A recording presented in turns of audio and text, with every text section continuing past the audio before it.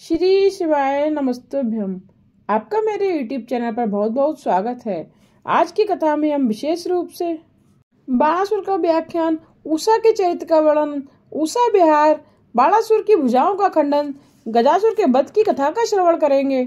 सूत जी कहते हैं, व्यास जी बोले, मुनीश्वर, अब आप मुझे यह बतलाइए कि शंकर जी के उदर में स्थित हो शुक्राचार्य ने क्या किया। शंकर जी ने उन्हें भस्म कर दिया था या वे अपने तेज से यूं ही बच गए? फिर वे शिव जी के उदर से कैसे निकले और उन्होंने मृत्यु को शांत करने वाली विद्या को कैसे प्राप्त किया? शंकर के त्रिशूल से नष्ट होकर भी अंधकार दैत्य ने गणपति की पदवी कैसे प्राप्त की? ब्रह्मा जी बोले। व्यास जी के ऐसा पूछने पर संत कुमार जी कहने लगे, व्यास जी, यह तो शंकर जी का ही प्रभाव था जो अत्यंत बलशाली दैत्य के आगे देवताओं की विजय हुई, अन्यथा अंधक कोई साधारण दैत्य नहीं था। जब वह उस प्रकार शंकर जी से हारने लगा तब भागकर शुक्राचार्य जी की शरण में गया और अपनी गुरु वंदना द्वारा उन्हें प्रसन्न कर दैत्यों की हवर्तोभावेन रक्षा करने के लिए बुला लाया। शुक्राचार्य ने आकर विदेश का स्मरण कर मरे हुए दैत्यों पर विद्या का प्रयोग किया। उसकी आवृत्ति करते ही दैत्य दानव अस्त्र शस्त्र ले सोए हुए की भांति एक साथ उठ खड़े हुए। दैत्य सेना में जान आ गई। वे शिव के नंदी आदि गणों से भीषण युद्ध करने लगे। यह देखकर शिव के गण थर्रा उठे और नंदी ने जाकर शुक्र के आगमन और उनकी विद्या के प्रयोग को शिव जी से कहकर अपनी व्याकुलता प्रकट की।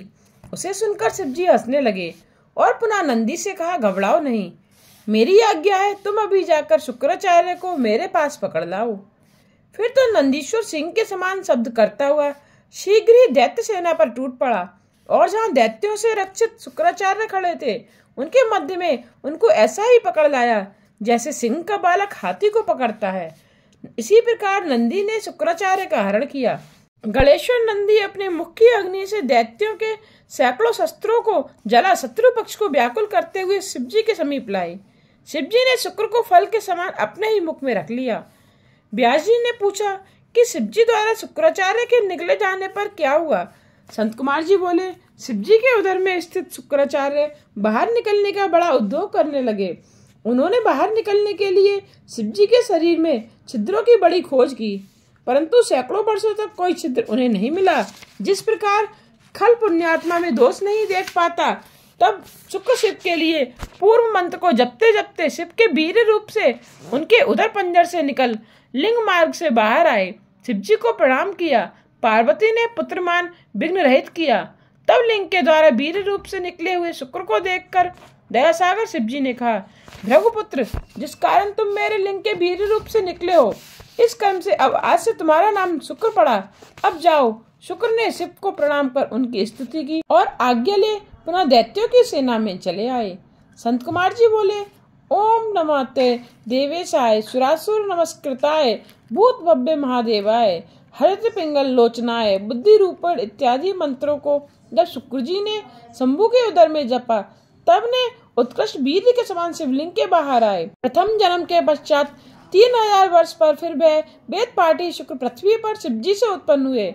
उधर अंदर शिव जी के त्रिशूल पर सूखते हुए शिव जी की 108 परम मूर्तियों का ध्यान करता हुआ इनको स्तुति कर रहा था। इससे शिव जी प्रसन्न हो उसे सब प्रकार के भय से मुक्त कर दिव्य अमृत की वर्षा से उससे प्राण संचार कर त्रिशूल से उतार उसका अभिषेक किया और कहा, मैं तेरी भक्ति से प्रसन्न हूँ, वर मांग। अंधक हाथ जोड़ कांपता हुआ शिव जी की अनेक स्तुति कर अपने पूर्व अपराधों के लिए उनसे क्षमा मांगते हुए माता पिता रूप शिव पार्वती की कृपा भक्ति मांगने लगा। मौन हो शिव पार्वती के ध्यान में मग्न हो गया। शिव जी ने उस पर प्रसन्नता की दृष्टि डाली। उसमें अपने अद्भुत जन्म का पूर्व वृत्तांत स्मरण हो आया। उसके मनोरथ पूर्ण हो गए। वह अपनी माता को प्रणाम कर कृत्य कृत्य हो गया। उसने उस प्रसन्न हुए शिव जी से इच्छित वर पाया। संत कुमार जी बोले, व्यास जी, शुक्राचार्य वाराणसी नामक नगरी में जाकर प्रभु विश्वनाथ का ध्यान करते हुए बहुत समय तक तप करने लगे। उन्होंने शिव की ज्योतिर्लिंग स्थापन कर उनके आगे सुंदर एक रमणीक कूप खुदवाया और एक द्रोण पंचामृत से शिव जी को 1,00,000 बार स्नान कराकर फिर सुगंधित द्रव्यों से स्नान कराया। इस प्रकार अनेक मनोहर पत्रों द्वारा तथा सुंदर कमलों से उन्होंने सावधान चित्त हो शिव जी की पूजा की। फिर स्तुति पूर्वक शिव सहस्त्र नाम तथा और भी स्त्रोतों से शिव जी को संतुष्ट किया। इसी प्रकार शुक्र जी 5000 वर्ष तक अनेकों प्रकार से शिव जी की पूजा करते रहे, परंतु जब इतने पर भी शिव जी ने उन्हें कुछ वर नहीं दिया तो शुक्र ने अत्यंत ही कठिन दूसरे नियमों का हरण कर लिया और भावना रूपी जलों से अत्यंत चंचल चित्त को शुद्ध करने लगे। और इस प्रकार चित्त को शुद्ध करने पर उन्होंने शिवार्पण किया और हजारों वर्ष तक कण और धूल पान करते रहे। तब शिव जी प्रसन्न हो वहां प्रकट हुए और शुक्र से बोले, हे तपोनिधे, भृगु के पुत्र, मैं तुम्हारे इस तप से बड़ा प्रसन्न हूँ। तुम्हारी जो इच्छा हो वर मांगो। शुक्र जी ने शिव जी को प्रणाम किया और सिर झुकाकर अंजलि बांध जय जय उच्चारण करते हुए शिव जी की बड़ी स्तुति की। स्तुति कर पृथ्वी में गिरे हुए शुक्र को उन्होंने हाथ से उठाकर आलिंगन किया। फिर प्रेम पूर्वक कहा, ब्राह्मण श्रेष्ठ, तुमने जो मेरा यह ज्योतिर्लिंग स्थापित कर इनकी कठिन आराधना की है, इससे मैं तुम पर प्रसन्न हुआ। इस समय जो वर मांगो वह वर देने को तैयार हूँ। वह भी समय आएगा जब तुम इस शरीर से उदर गुहा में प्रवेश कर मेरी इंद्रिय मार्ग से निकल पुत्र भाव को भी प्राप्त करोगे। यह दुर्लभ वर मैं आज तुम्हें प्रदान करता हूँ। इसके अतिरिक्त जिस मृत संजीवनी विद्या द्वारा तुम मरे हुए प्राणियों को जीवित कर सकोगे और जिस किसी भी कार्य का उद्देश्य कर नियम से इस विधान को जपोगे, इस सत्येश्वरी विद्या के प्रभाव से तुम्हारा वह कार्य पूर्ण होगा। तुम मेरे आशीर्वाद से सूर्य तथा अग्नि का भी अतिक्रमण कर आकाश में एक विमल तारा होकर एक प्रकाशमान ग्रह भी होगे तथा तुम्हारे सामने स्त्री पुरुष जो भी यात्रा करेंगे तुम्हारे दृष्टिपात से उनके सब कार्य नष्ट हो जाएंगे, परंतु तुम्हारे उदय होने पर ही विवाहित शुभ कार्य होंगे तथा मनुष्य के धर्म संबंधी सभी कर्म सफल होंगे। तुमने जो शुक्रदेव नामक ज्योतिर्लिंग स्थापित किया है, जो मनुष्य इसका पूजन करेंगे उनका कार्य सिद्ध होंगे। शुक्र को इस प्रकार के वर दे भगवान शिव उस पार्थिव लिंग में लय हो गए। व्यास जी बोले, संत कुमार जी, अब कृपा करके आप मुझे वह कथा सुनाइए जिसमें शिव जी ने बाणासुर को गणपति पद प्रदान किया था। संत कुमार जी बोले, इस चरित्र में महाप्रभु शंकर की बाणासुर पर कृपा भी और भगवान शिव का कृष्ण जी के साथ युद्ध भी है। अब तुम अपने पवित्र मन और कानों से शिव लीला युक्त उस सुंदर इतिहास का श्रवण करो। ब्रह्मा जी के ज्येष्ठ पुत्र मरीच एक श्रेष्ठ प्रजापति हो चुके हैं, जिनके पुत्र महामुनि कश्यप जी ब्रह्मा के बड़े भक्त और सृष्टि के बनाने वाले हुए। उन कश्यप मुनि के सुशील 13 स्त्रियां थीं, जो दक्ष की कन्या थीं। उसमें सबसे बड़ी दिति के दैत्य और शेष कन्याओं के चराचर सहित सब देवताओं की उत्पत्ति हुई। तब बड़ी स्त्री दिति से बड़ा पुत्र हिरण्यकशिपु और छोटा हिरण्याक्ष नामक उसके 2 महाबली पुत्र उत्पन्न हुए। उनमें हिरण्यकशिपु को ब्याह, अनुवाद, संवाद और प्रहलाद नाम के ये 4 पुत्र क्रमशः उत्पन्न हुए, जिनमें सबसे छोटा प्रहलाद जितेंद्रिय और भगवान विष्णु का भक्त हुआ, जिसे नाश करने में कोई भी दैत्य सफल नहीं हो सका। उस प्रहलाद का पुत्र विलोचना उतना दानी था कि उसने ब्राह्मण रूप इंद्र के मांगने पर उससे अपना सिर काट कर दे दिया।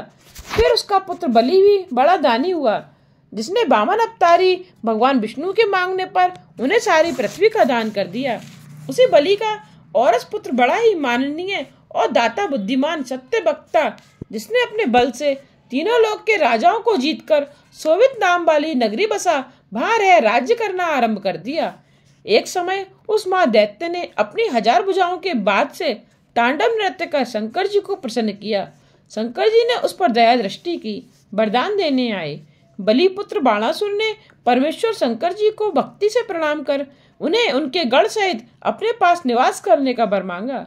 भक्त वत्सल शंकर जी ने उसे यह वर दे अपने गढ़ों तथा पुत्रों सहित प्रेम पूर्वक उसके पास निवास करने लगे। एक समय शिव जी ने उसकी उस सोलतपुर नगरी के तट पर बहती हुई नदी के किनारे देवता तथा दैत्यों सहित क्रीड़ा आरंभ की, जिसमें गंधर्वों और अप्सराओं ने नृत्य गान किया और मुनियों ने आकर शिव जी को प्रणाम कर उनकी पूजा और स्तुति से जय जयकार की बड़ी प्रसन्नता प्राप्त। शिव जी ने पार्वती को बुलाने गढ़ को भेजा।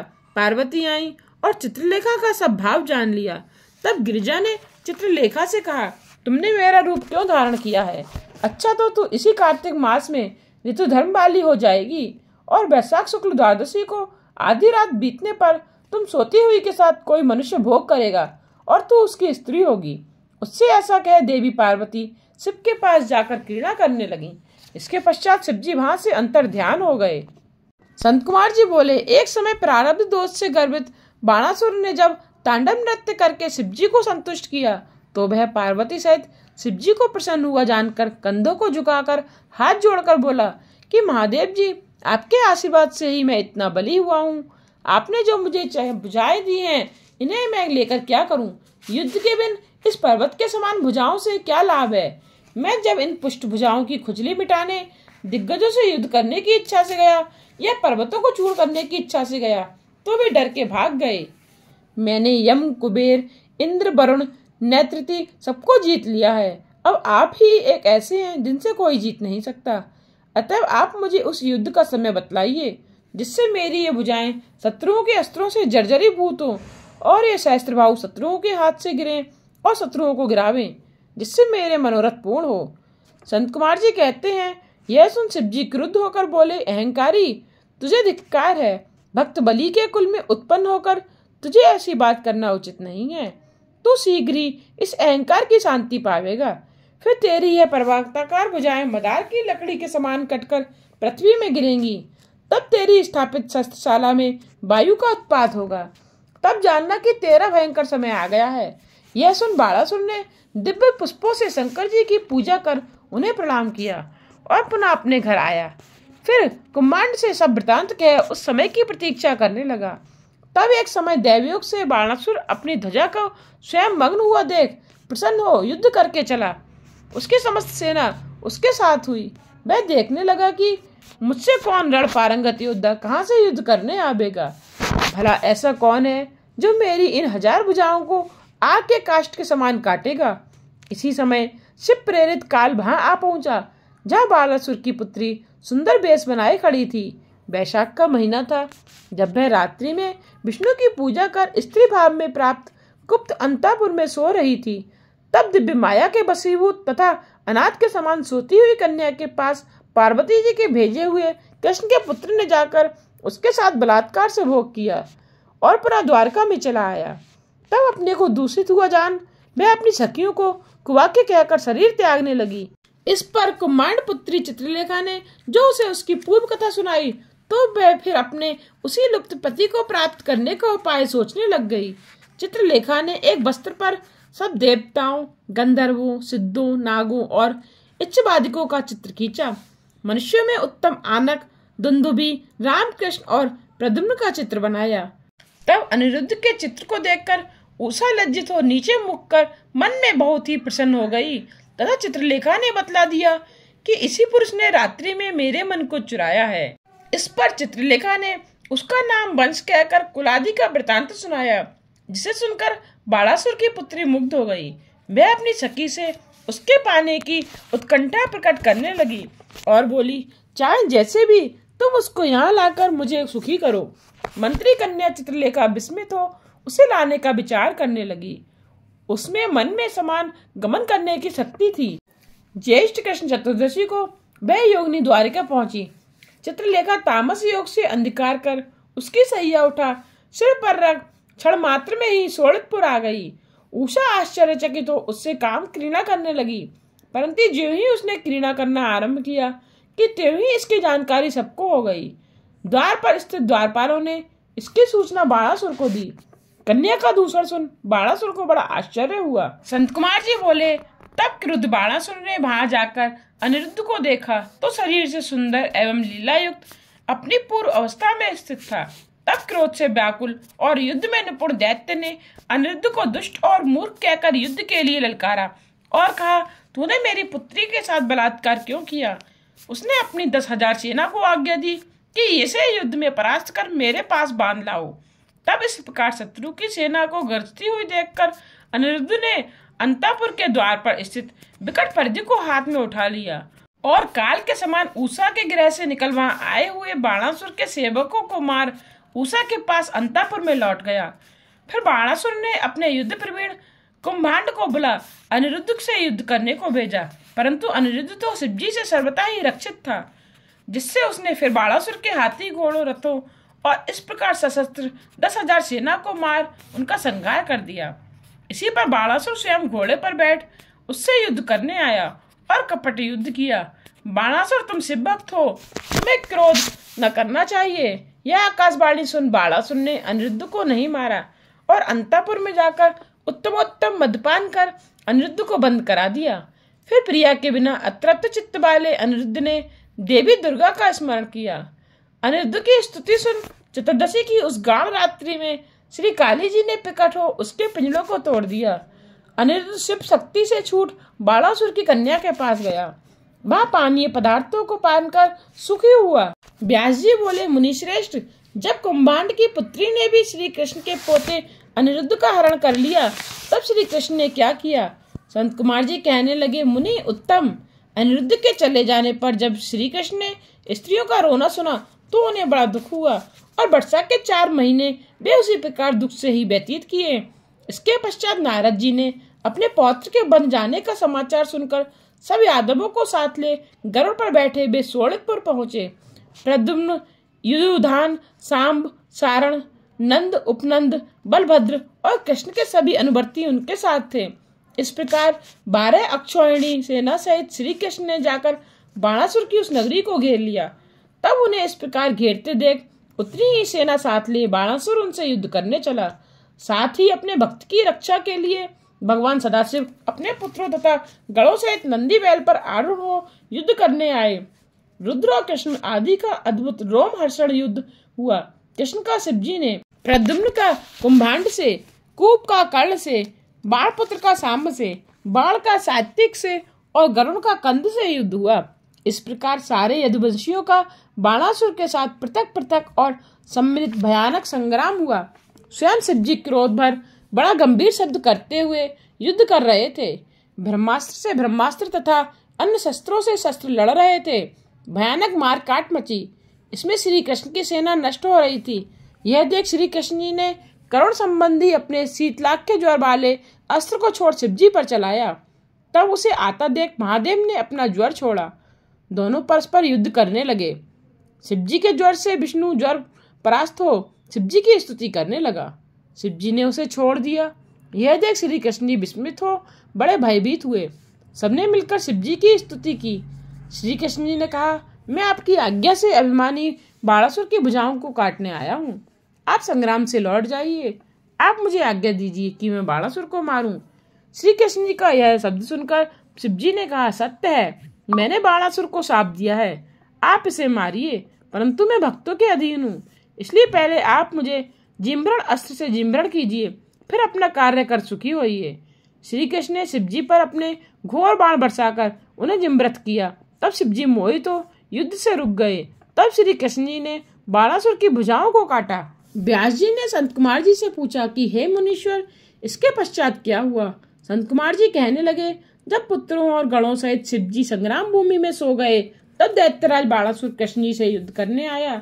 वह घोड़े पर बैठे उनसे भयंकर युद्ध करने लगा। अब शिवजी का बल पाकर श्री कृष्ण जी बाणासुर को तृण के समान जानकर अपना सांगड़ धनुष उठाकर घोर बाण बरसाने लगे, परंतु बाणासुर भी उनके बाणों को अपने पास न आने देता और बीच में ही काट डालता। उसने अपने चारों ओर के शत्रुओं को मार काट कर संहार कर दिया। संपूर्ण यादव कृष्ण का स्मरण करते हुए मूर्छित हो गए। यह देख द्वारकाधीश परम क्रुद्ध हो गर्जन करने लगे। फिर शिवजी को स्मरण कर अपने प्रचंड बाण चला उनके रथ, घोड़े और धनुष आदि को मार काट कर पृथ्वी पर गिरा दिया। फिर उसने अपनी गदा से श्री कृष्ण जी को ऐसा ताड़ित किया कि वे महात्मा पृथ्वी पर गिर पड़े, परंतु शीघ्र ही उठकर शिव ने बलि बाणासुर के साथ बहुत काल तक युद्ध किया और ज्यों ही शिवजी की आज्ञा से अवसर पाया कि त्यों ही उसकी भुजाओं को काटना आरंभ कर दिया। जब उसकी श्रेष्ठ 4 भुजाएं ही शेष रह गईं, तब भगवान श्री कृष्ण जी शिवजी की कृपा से स्वतंत्र हुए। अब उन्होंने अपना सुदर्शन चलाकर बाणासुर का सिर काटना चाहा। तब तक शिवजी ने उनके समक्ष आकर निषेध कर दिया। शिवजी की आज्ञा से श्री कृष्ण जी रुक गए। शिवजी ने उनकी बाणासुर से मित्रता करा दी। बाणासुर श्री कृष्ण जी को अपने अंतःपुर में लिवा ले गया। वहां अपनी कन्या को अनिरुद्ध के लिए देकर बहुत से रत्न आदि सहित श्री कृष्ण जी का स्वागत किया। श्री कृष्ण जी अपने पौत्र को साथ ले कुटुंब सहित द्वारिका आए। नारद जी बोले, मुनि, इसके पश्चात बाणासुर ने क्या किया? संत कुमार जी कहने लगे, इसके पश्चात अपने अज्ञान को समझकर बाणासुर बड़ा ही दुखी हुआ। वह शिव जी के स्थान में जाकर रोने लगा। फिर अनेकों स्त्रोतों द्वारा नमस्कार करता हुआ यशोचित हस्तपद न्यास युक्त तांडव नृत्य करने लगा। धीरे धीरे अनेकों नृत्य किए, अपने शरीर की रक्त धाराओं से वहां की भूमि को सींचा। जिस प्रकार उस महाभक्त ने चंद्रशेखर शिवजी को प्रसन्न किया, शिवजी ने प्रकट हो उससे वर मांगने को कहा। तब उसने कुछ वर मांगे। शोणितपुर में अपनी पुत्री उषा का राज्य मांगा, विष्णु से निर्भयता तथा दुष्ट दैत्यता का विनाश मांगा। फिर से भक्तों में स्नेह तथा सब प्राणियों में दया मांगते हुए उसने हाथ जोड़ शिवजी को प्रणाम किया और इनकी बड़ी स्तुति की। बाणासुर ने कहा, देवों के देव महादेव जी, आपकी ब्रह्मा परमात्मा सर्वव्यापी अखिलेश्वर सब में परे हैं। प्रभु, आपने मुझ पर बड़ी कृपा की जो मेरा गर्व नष्ट किया। मैं ऐसी स्तुति कर बाणासुर प्रेम से प्रफुल्लित हो अपने सारे अंगों को झुकाकर प्रणाम करके मौन हो गया। शिवजी ने प्रसन्न होकर कहा, तुम्हें सभी वर प्राप्त होंगे। ऐसा क्या शिवजी अंतर्ध्यान हो गए। शिवजी के प्रसाद से बाणासुर ने महाकाल तत्व प्राप्त कर बड़ी प्रसन्नता प्राप्त की। संत कुमार जी बोले, ब्यास जी, अब शिवजी के उस चरित्र को सुनो जिसमें उन्होंने राजवेंद्र गजासुर को त्रिशूल से मार दिया था। देवताओं के हितार्थ देवी ने महिषासुर को मारा था और जिसका बदला लेने के लिए उसके पुत्र गजासुर ने उग्र तप कर ब्रह्मा जी से वर प्राप्त किया था। जब इस प्रकार ब्रह्मा जी से वर प्राप्त कर वह अपने स्थान को आया तो उसके सब दिशाओं तीनों लोकों सहित देवता, असुरों, मनुष्यों और इंद्रादिकों सहित सब गंधर्वों और सबों को जीत उसके तेज को हरण कर लिया। उसने देवताओं को अपने चरणों में गिराकर प्रणाम कराया और सबको प्रचंड आज्ञा देकर महेंद्र पर्वत पर जाकर क्रीड़ा करना आरंभ किया। वह विषय लोलुप्त हो गया। पृथ्वी पर जितने भी तपस्वी ब्राह्मण थे, महिषासुर का पुत्र उन्हें क्लेश देने लगा।